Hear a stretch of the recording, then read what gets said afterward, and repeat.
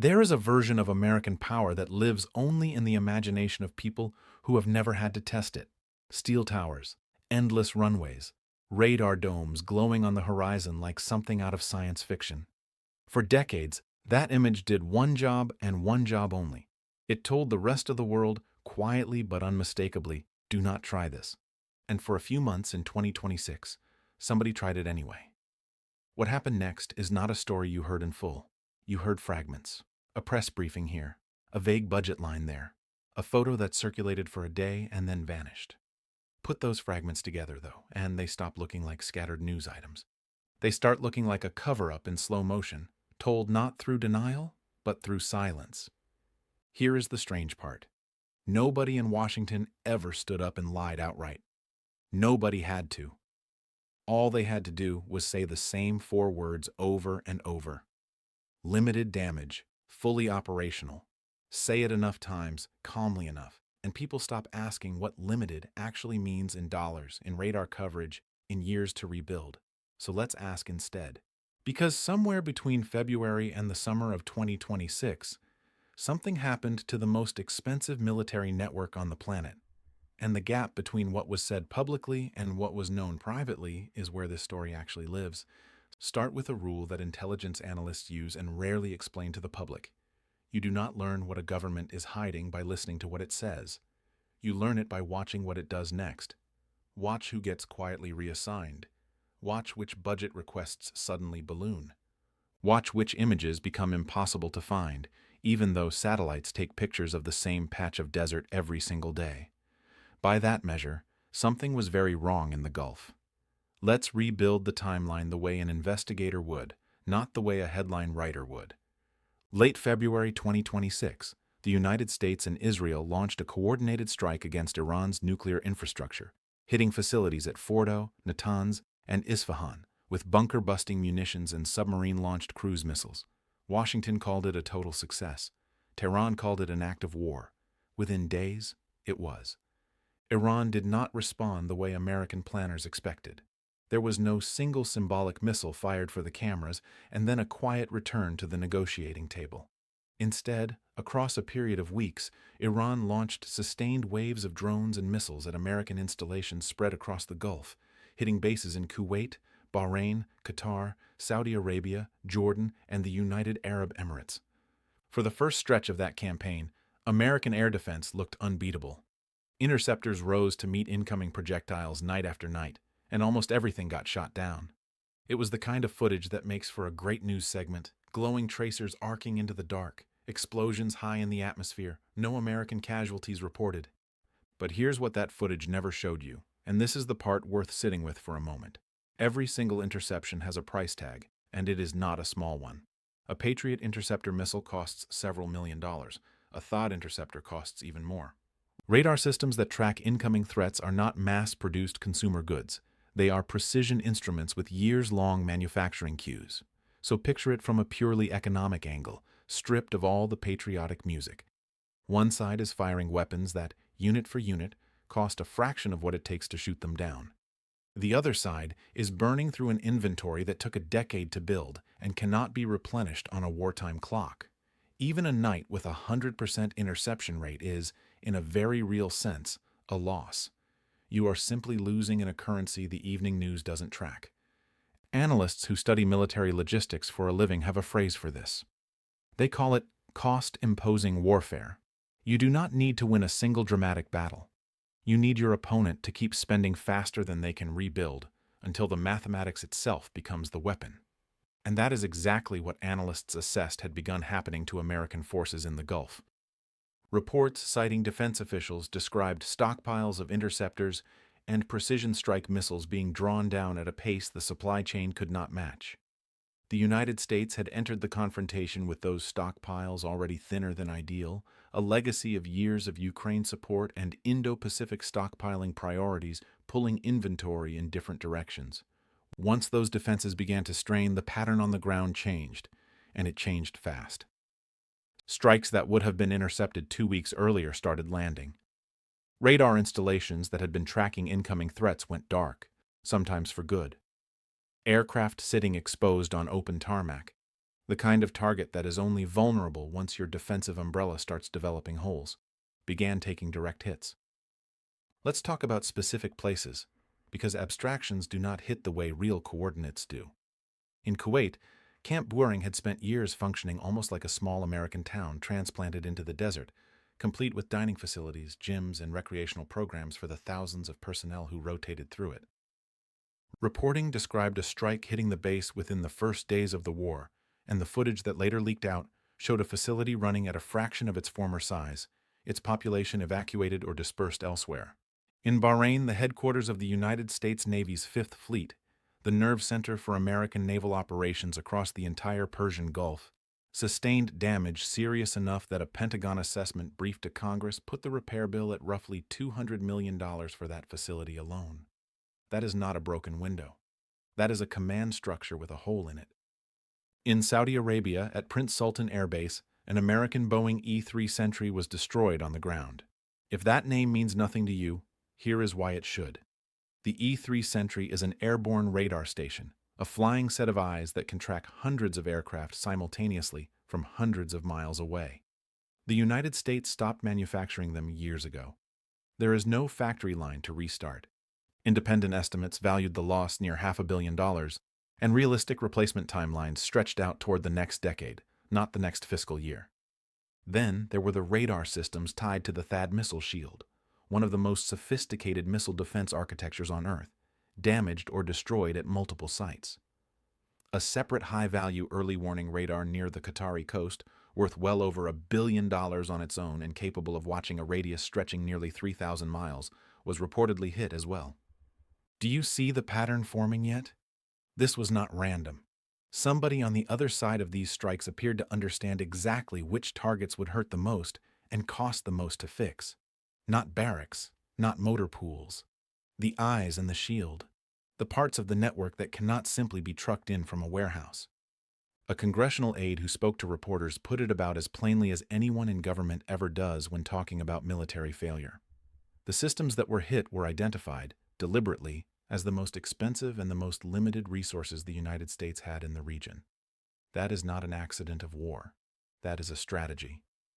Now here is where the story stops being about missiles and starts being about people, institutions, and the very human instinct to control a narrative once it starts slipping away. If the damage really was, in the Pentagon's own words, limited, there would be no reason to restrict access to satellite imagery of American bases. Yet multiple reports described exactly that. Private satellite imaging companies being approached and asked to hold back or delay releasing photos of the affected installations. You do not fight that hard to protect a story that is already working in your favor. Members of Congress, including some from the president's own party, told reporters they were being stonewalled. Not opposed, not argued with, simply met with silence when they asked for numbers. One aide summed it up with a line that stuck with a lot of people who read it. Nobody knows anything, and it is not for lack of asking. Under oath, in open testimony, the Pentagon's own acting comptroller admitted the department did not have a final figure for the cost of repairing its overseas installations. He told lawmakers that reconstruction costs were not even reflected in the next year's budget request, because officials were still trying to figure out what rebuilding would look like. Sit with that phrase for a second. Still trying to figure out what rebuilding looks like. That is not the language of a minor inconvenience. That is the language of an organization still counting bodies of equipment it has not finished counting. Let's follow the money, because the money tells its own story, and it is an uglier one than the headline figures suggest. In the first 6 days of the campaign alone, the Pentagon itself put the operational cost above $11 billion, a figure that did not include a single dollar of repair or reconstruction. By the time officials appeared before Congress, the publicly acknowledged total for the war had climbed to roughly $25 billion. But that number, by the Pentagon's own admission, was incomplete. It excluded the cost of rebuilding shattered infrastructure and replacing hardware that no longer existed. Sources close to internal assessments told reporters the real total, once you add reconstruction and replacement, was likely closer to $40 or $50 billion. Separate analysis focused purely on permanent infrastructure, the buildings, hangars, control towers, and fixed systems that do not show up in a munitions tally, put that category alone in the range of a further $2 to $5 billion. Numbers like that are easy to let wash over you, so let's ground this in something that actually reaches a kitchen table. The fighting disrupted shipping through the Strait of Hormuz, the narrow waterway that a staggering share of the world's oil transits every single day. That disruption rippled outward fast. Reports described pump prices in parts of the United States climbing past $8 a gallon during the worst weeks of the crisis. A war fought thousands of miles away, on bases most Americans could not locate on a map, ended up quietly present in the price of a grocery run. This is the part almost nobody frames correctly. Wars fought overseas are never actually paid for entirely by the people who fight them. They are paid for eventually by everyone standing near a supply chain that touches the region in question, which in the case of Gulf oil is essentially everyone. Zoom out now, because the individual data points, as damning as they are not actually the story. The story is what they add up to.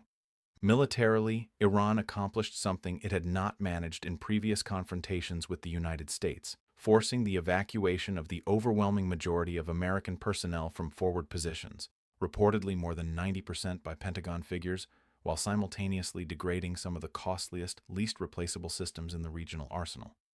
Economically, the United States found itself staring at a bill in the tens of billions of dollars, one that officials themselves admitted was not finalized and was still climbing. Politically, the fallout has been just as sharp. Approval ratings for the defense secretary overseeing the campaign fell to some of the lowest levels ever recorded for a wartime Pentagon chief. Multiple senior military leaders were relieved of command or pushed into retirement in the middle of an active conflict, a pattern several outlets described using a word usually reserved for authoritarian regimes rather than the modern American military: a purge. And on the information front, the clearest signal of all sat quietly in plain sight the entire time. An administration that insists nothing serious happened does not need to lean on private companies to keep satellite photos out of public view. The act of suppression is itself a confession, whether or not anyone in government ever says the word publicly. Now here's the deeper layer, the one that most coverage never gets around to, because it requires stepping back from the individual battle and looking at the doctrine underneath it. For close to 80 years, American military strategy in the Middle East has rested on a specific bet: build large, fixed, heavily defended bases, fill them with expensive, sophisticated, hard-to-replace equipment. Trust that the sheer cost and permanence of that footprint acts as a deterrent in itself, because no rational adversary would dare provoke a fight against assets that powerful. That bet made sense in an era when the primary threats were other large militaries with their own large, expensive weapons systems. It made much less sense once cheap drones and mass-produced precision munitions entered the equation, weapons that do not need to be sophisticated, only persistent, only numerous enough to eventually find the cracks in an air defense network that is running out of interceptors. What happened across those 8 countries was not, in other words, a story of Iran getting lucky with a handful of strikes. It was the exposure of a mismatch that had been quietly building for years, a doctrine built for a different century running headfirst into a strategy built entirely around volume, patience, and economics. Think about it from a psychological angle for a moment, because that matters here too. Deterrence only works as long as the other side believes the cost of testing it is unbearable. The instant a network is demonstrated to be beatable, even partially, even at enormous cost to the attacker, the deterrent value of every other identical base on the map quietly erodes with it. You cannot unring that bell. Every ally hosting similar infrastructure now has to privately wonder whether their own base is next, and every rival now has a real-world case study instead of a theoretical one. That is likely why the reassessment did not stop at the Gulf. Reports since have described the administration signaling a broader review of American basing posture, this time aimed at European allies, some of whom had declined to support the campaign. Whether or not that specific rationale holds up, the signal underneath it is consistent. Washington was recalculating not just Gulf strategy, but the entire premise of concentrated, fixed, expensive forward bases anywhere in the world. So, where does something like this actually go from here? There are really only 2 paths available, and both come with a price tag attached. Path 1: pour tens of billions more dollars into rebuilding and hardening the exact same kind of installations that just proved vulnerable, essentially betting that better defenses can outpace an adversary's ability to keep producing cheap offense. Path 2: begin the slow, expensive, politically uncomfortable process of shifting toward a leaner, more dispersed footprint, spreading assets out so that no single strike or wave of strikes can take out a disproportionate share of a nation's most irreplaceable hardware in one campaign. Neither option is cheap. Neither option is fast. And both require the kind of institutional honesty that, based on everything described above, seems to be in short supply right now. Here is the number worth holding on to as you walk away from this. 16 or more sites damaged, spread across 8 countries. Tens of billions of dollars in acknowledged cost, with tens of billions more still unconfirmed months later. A Pentagon that, under direct questioning from its own Congress, admitted it still did not have a final figure. That is not a footnote buried in the middle of a news cycle. That is the actual headline, and it is the one most coverage quietly stepped around. So here is the question worth sitting with long after this video ends. If the most expensive, most heavily defended military network ever built by a single nation can be exposed this quickly by an adversary operating on a fraction of its budget, what does that tell you about every other fixed, forward, high-value installation still standing on the same assumptions right now in every other corner of the world?